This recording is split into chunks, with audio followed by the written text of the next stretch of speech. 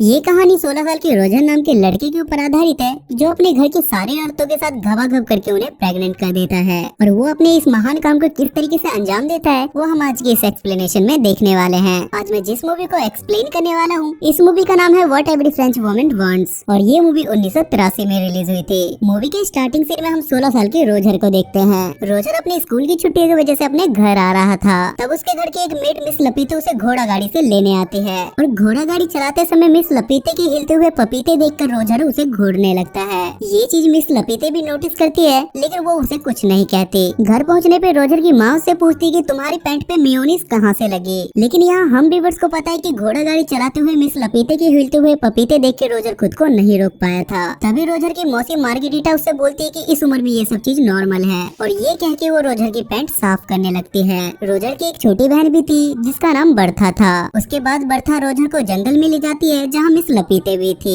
तभी लपीते रोजर के सामने ही साइड में जाके हल्की होने लगती है और ये देखकर रोजर की आंखें बाहर आ जाती है। उसके बाद रोजर को किसी की चिल्लाने की आवाजें सुनाई देती है और जब रोजर वहाँ पे देखने के लिए जाता है तो वहाँ उसे उसी के घर की एक मेड उर्सिला किसी और के साथ जंगल में मंगल करती हुई दिखाई देती है। जिसके बाद रोजर वहाँ से भाग जाता है क्योंकि उसे लगता है कि वो एक गलत दुनिया में आ गया है। उसके बाद सीन स्विच होता है और हम पूरी फैमिली को एक साथ खाना खाते हुए देखते हैं जहाँ हम व्यूअर्स को पता चलता है कि रोजर की माँ काफी ज्यादा स्ट्रिक्ट है। शाम को रोजर जब सोने की कोशिश कर रहा था तो उसे बाहर से कुछ आवाजें सुनाई देती है और जब वो कमरे से बाहर आता है तो वो देखता है कि एक नौकरानी घोड़ी बन के खड़ी है और कोई उसके पीछे से बजा रहा है। ये देखने के बाद रोजर की फटके चार हो जाती है और रोजर वापस सोने के लिए चला जाता है और बिस्तर में उसकी छोटी बहन बर्था छुपी हुई थी। तब बर्था उसे बताती है कि मिस लपीते ने मुझे बताया कि हमारी मासी मार्गेरिटा अभी भी वर्जिन है। जिस पर रोजर उसे पूछता है कि वो अभी तक वर्जिन क्यों है। जिसमें बर्था उसे बताती है कि उन्हें मर्दों से डर लगता है और इसलिए उन्होंने अभी तक शादी नहीं की है। तभी वहाँ अचानक से नैनी केट आ जाती है और केट का काम बर्था का देखभाल करना था।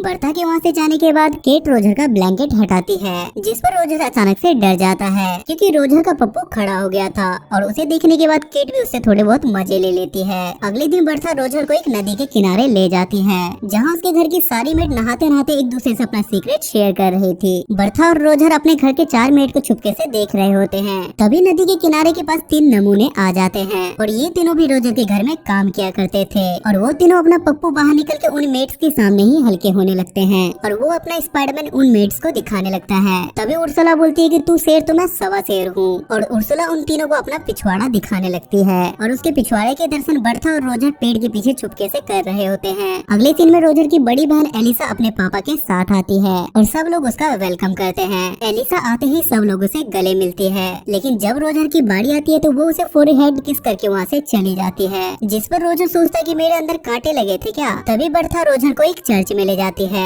जहाँ दोनों छत पर छिप जाते हैं। तभी वहाँ मार्गेरिटा आती है और वो चर्च के पादरी से अपनी सारी बातें बताने लगती है और वो पादरी से बोलती है कि जब से रोजर यहाँ आया है तब से हर रोज मैं सपने में उसके साथ धक्का पेल करती हूँ और ये सारी बातें रोजर भी सुन रहा था। ये सुनने के बाद रोजर बहुत ज्यादा खुश होता है और बहुत ज्यादा एक्साइटेड हो जाता है जिसके बाद वो पादरी के जस्ट बगल में गिर जाता है और पादरी इन दोनों को रोजर की माँ के पास ले जाता है। जिस पर रोजर की माँ पादरी से बोलती है कि आप ही बताओ कि मैं इन दोनों के साथ क्या करूँ। जिस पे पादरी उसे बताता है कि तुम रोजर के पिछवाड़े पे मार मार के उसके बंदर के पिछवाड़े की तरह लाल कर दो तभी इसे समझ आएगा और ये काम मार्गेरिटा अपने शुद्ध हाथों से करेगी तो इसे ज्यादा मजा आएगा। तब रोजर की माँ मार्गेरिटा से बोलती है कि तुम एक हंटर लो और शुरू हो जाओ। पहले तो मार्गेरिटा ये करने से मना करती है लेकिन रोजर की माँ के फोर्स करने के बाद वो ऐसा करने लगती है और वो रोजर के पिछवाड़े पे हंटर मार मार के उसे बंदर के पिछवाड़े की तरह लाल कर देती है। रात को सोते समय रोजर को फिर से बाहर से किसी की आवाजें सुनाई देती है और जब वो अपने कमरे से बाहर निकलता है तो वो देखता है कि उसकी मेड हेलन किसी से ठुकवा रही थी और आज भी उसे बस हेलन ही दिखती है, उसके पीछे वाला बंदा बिल्कुल भी नहीं दिखता। लेकिन इस बार रोजर अकेले इस नजारे का मजा नहीं ले रहा था बल्कि मिस्टर फ्रैंक भी ये सब कुछ देख रहे थे। तभी वहाँ अचानक से रोजर के पास उर्सुला आती है और वो उसे बोलती है कि आओ मैं तुम्हारे पिछवाड़े में मूव लगा दूं। इतना मार खाने के बाद दर्द भी तो बहुत ज्यादा हो रहा होगा। जिस पर रोजर उसे ऐसा करने से मना कर देता है। उसके बाद रोजर उसे पूछता है कि हर रात हेलन को कोई पीछे से में बजाता है। क्या तुम्हें पता है कि वो बंदा कौन है? जिस पर वो रोजर से बोलती है कि ये हम मेड का टॉप सीक्रेट है। तब रोजर को ख्याल आता है कि उसने अकेले इस शो को नहीं देखा था, बल्कि मिस्टर फ्रैंक भी इस शो को एंजॉय कर रहे थे। जिसके बाद रोजर सीधा मिस्टर फ्रैंक के पास जाता है, जहाँ मिस्टर फ्रैंक दूरबीन से मियां खलीफा को देखने की ख्वाहिश में पैंट में हाथ डाल के अपनी स्पाइडरमैन को तसल्ली दे रहे थे। और रोजर के आते ही मिस्टर फ्रैंक वहाँ से चले जाते हैं। तब रोजर भी दूरबीन से देखने लगता है और उसे नीचे दो शादीशुदा एलियन एक साथ कुत्ता डांस करते हुए दिखाई देते हैं। तब रोजर को समझ में आता है कि मिस्टर फ्रैंक अपने स्पाइडरमैन की मसाज क्यों कर रहे थे। अगले दिन रोजर को एक किताब मिलती है जिसमें द ग्रेट सनी लियोनी की कहानियाँ थी और रोजर उस किताब को बड़ी शिद्दत से छुपा लेता है और जाते वक्त उसे अपने मॉम डैड के कमरे में से घर घर खेलने की आवाजें सुनाई देती है और रोजर उसे लो वाले छेद से देखने लगता है। लेकिन तभी उसे पीछे से एलिसा का फियोंसे रोलांड उसे देख लेता है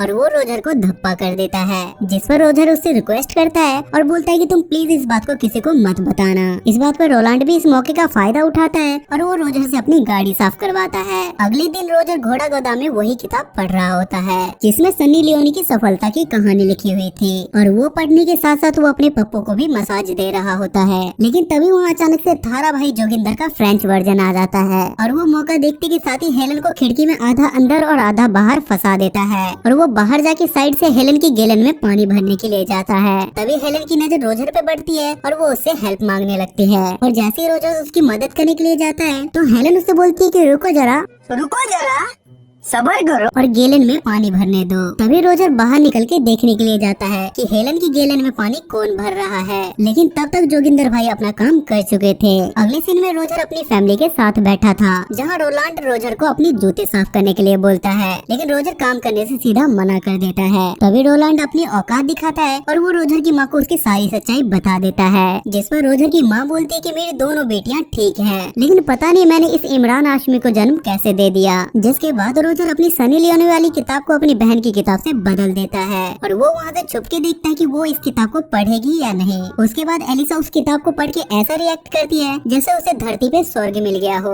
उसके बाद रोजर किचन में जाता है जहाँ उर्सुला होती है और वो मौका देख के उर्सुला को वहीं घोड़ी बनाने लगता है। लेकिन तभी वहाँ अचानक से एक दूसरी मेड आ जाती है और रोजर वहाँ छुप जाता है। जिसके बाद रोजर सोचता है कि मेरी ही किस्मत में एल लगे हुए हैं। तभी उसके दिमाग की बत्ती जलती है और वो मिस लपीते के पीछे उसके पपीते दबाने के लिए जाता है, जिस पर मिस लपीते उससे पहले मना करती है कि ऐसा मत करो। लेकिन थोड़ी देर के बाद मिस लपीते उससे बोलती है कि रोजर मेरे बच्चे जितना बजाना है तुम बजाओ। लेकिन वहाँ रोजर की नोबिता वाली किस्मत चमक जाती है और बाहर कोई जर्मनी और फ्रांस के बीच में जंग का ऐलान कर देता है और सबको पता चलता है कि जर्मनी ने फ्रांस से जंग का ऐलान कर दिया है। अगले दिन सब लोग युद्ध में जाने की खुशी मना रहे होते हैं, लेकिन रोजर की हालत ऐसी होती है जैसे उसने ढिंढोरा की लॉटरी जीत ली हो। लेकिन फ्रांस में एक नियम था कि वार में जाने से पहले वो सब लोग अपनी बीवी को टीवी के सामने घोड़ी बनाएंगे। जिसके बाद रात में सब लोग अपनी बीवी को जंगल में ले जाके उसकी बजाने लगते हैं, जिस पर रोजर सोचता है कि ये बस आज रात की चांदनी है और इसके बाद तो इनकी पिक्चर मैं ही बनाऊंगा। सबके युद्ध में जाने के बाद सारी लेडीज अकेली थी और रोजर सबसे पहले उर्सुला के पास जाता है, जहाँ वो उसे ले दे के घोड़ी बना ही देता है और वो उर्सुला से ये भी बोलता है कि मुझे तुमसे प्यार हो गया है। जिस पर उर्सुला बोलती है कि सारे लड़के पहली बार चरम सुख का आनंद लेने के बाद यही बोलते हैं। अगले सीन में बर्था रोजर से बोलती है कि पादरी माँ से मिलने के लिए आए हुए हैं। जिसके बाद ये दोनों भाई बहन चुपके से उन दोनों की बातें सुनने लगते हैं। जिस पर रोजर की माँ पादरी से बोलती है कि मेरा पति मेरी कभी घोड़ी बना के लेता है तो कभी डॉगी बना के लेता है, इससे कोई पाप तो नहीं। जिस पर पादरी बोलता है कि नहीं, वो तुम्हारा पति है, वो तुम्हारी घोड़ी बना के ले या तुम्हारी डॉगी बना के ले, इसमें कोई दिक्कत नहीं है।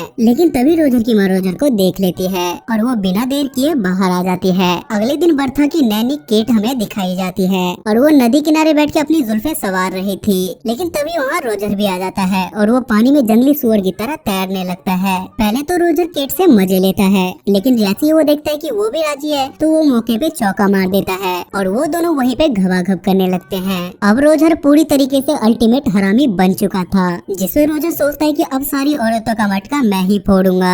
और अगले दिन रोजर का बाप छुट्टी लेके वहाँ आ जाता है और रोजर देखता है कि मार्गेरिटा और केट उसके माँ बाप को घर घर खेलते हुए देख रहे हैं। जिस पर रोजर उनसे बोलता है कि तुमसे ना हो पाएगा, और ये बोल के वो वहाँ से घर में चला जाता है। ये देखकर उसके माँ बाप हैरान हो जाते हैं और रोजर को वहाँ से भगाने लगते हैं। जिसके बाद मार्गरीटा अपने कमरे में सोने के लिए चली जाती है, लेकिन रोजर उसके कमरे में उसे धप्पा कर देता है और उससे पूछता है कि क्या तुम अभी तक वर्जिन हो, तो आओ मैं तुम्हारा गेम बजा देता हूँ। जिसके बाद वो दोनों घबाघब करने लगते हैं। उसके बाद हम फिर से हेलन को देखते हैं जो चाय नाश्ता लेके आ रही थी, लेकिन इस बार युद्ध में जाने की वजह से उसकी बजाने वाला कोई नहीं था। तभी वो रोजर के कमरे में जाती है और रोजर उसे पीछे से पकड़ लेता है और वो उसे घोड़ी बना देता है। अगले दिन रोजर एलिसा के पास जाता है जहाँ वो घोड़ों को घास खिला रही थी, जिसमें रोजर उसे बोलता है कि आज मैं तेरी भी पिक्चर बनाऊंगा। पहले तो एलिसा उसे ऐसे करने से मना करती है, लेकिन थोड़ी देर बाद बोलती कि हाँ मेरी पिक्चर बनाओ, और हाँ पिक्चर में मुझे घोड़ी का रोल देना। जिसके बाद रोजर उसे भी घोड़ी बना देता है। अब रोजर सारी औरतों के बीच पॉपुलर हो गया था और सारी औरतें बारी बारी उसके पास काम 25 करवाने के लिए आती थी। दिन बीतते जाते हैं और ये सिलसिला चलता रहता है। एक दिन एलिसा रोजर से बोलती है कि मैं प्रेग्नेंट हूँ। तभी रोजर देखता है कि रोलांड भी वापस आ गया है, क्योंकि अब युद्ध खत्म हो चुका था। उर्सिला और मार्गरीटा भी उसे बोलती है कि मैं भी प्रेग्नेंट हूँ, और ये सुनने के बाद रोजर के पैरों तले जमीन खिसक जाती है, क्योंकि अगर उसके मॉम डैड को ये बात पता चली तो उसके मॉम डैड उसे नंगा करके सारी जगह घुमाएंगे। तभी रोजर उर्सुला से बोलता है कि एक नेल पॉलिश लेके आओ, और वो उस नेल पॉलिश को एलिसा के बेड पे लगा देता है और बोलता है कि तुम कुछ भी करके रोलांड के साथ घबाघब कर लेना, जिससे रोलांड को लगे कि एलिसा अभी भी वर्जिन है। उसके बाद वो अपनी मासी से बोलता है कि आप फ्रैंक से शादी कर लो, वो आपको बहुत ज्यादा पसंद करता है, और ये सुनने के बाद वो दोनों शादी के लिए मान जाते हैं। उसके बाद रोजर उर्सुला के पास जाता है और उसे शादी के लिए प्रपोज करता है, लेकिन उर्सुला उसे मना कर देती है क्योंकि वो पहले से किसी और को पसंद करती थी। उसके बाद तीनों औरतों की शादी हो जाती है और रोजर के कांड के बारे में किसी को काने कौन खबर नहीं होती, और उसी रात रोजर फिर से हेलन के साथ घबाघब करता है, और अगले दिन हेलन उसे बताती कि मैं भी प्रेग्नेंट हूँ। लेकिन अब रोजर की स्कूल की छुट्टियां खत्म हो चुकी थी, इसलिए वो उससे बोलता है कि मैं तुम्हारे लिए भी एक अच्छा सा पति ढूंढ लूंगा। जिसपे हेलन बोलती है कि तुम इसकी टेंशन मत लो, क्योंकि मैंने सब लोगों के साथ घबाघब किया है और मैं इस पे किसी का भी नाम लगा सकती हूँ। उसके बाद रोजर अपने पापा के साथ खुशी खुशी वहाँ से चला जाता है और ये मूवी यहाँ खत्म हो जाती है। सो गाइस, आई होप कि आपको आज की एक्सप्लेनेशन पसंद आई होगी, और इस मूवी की IMDb रेटिंग है 6.2 स्टार्स आउट ऑफ 10, और इसे गूगल यूजर ने 85% लाइक किया है। अगर आपको एक्सप्लेनेशन पसंद आती है तो आप मेरे चैनल को सब्सक्राइब करके मुझे सपोर्ट जरूर करें। तब तक के लिए स्टे सेफ, स्टे हेल्दी।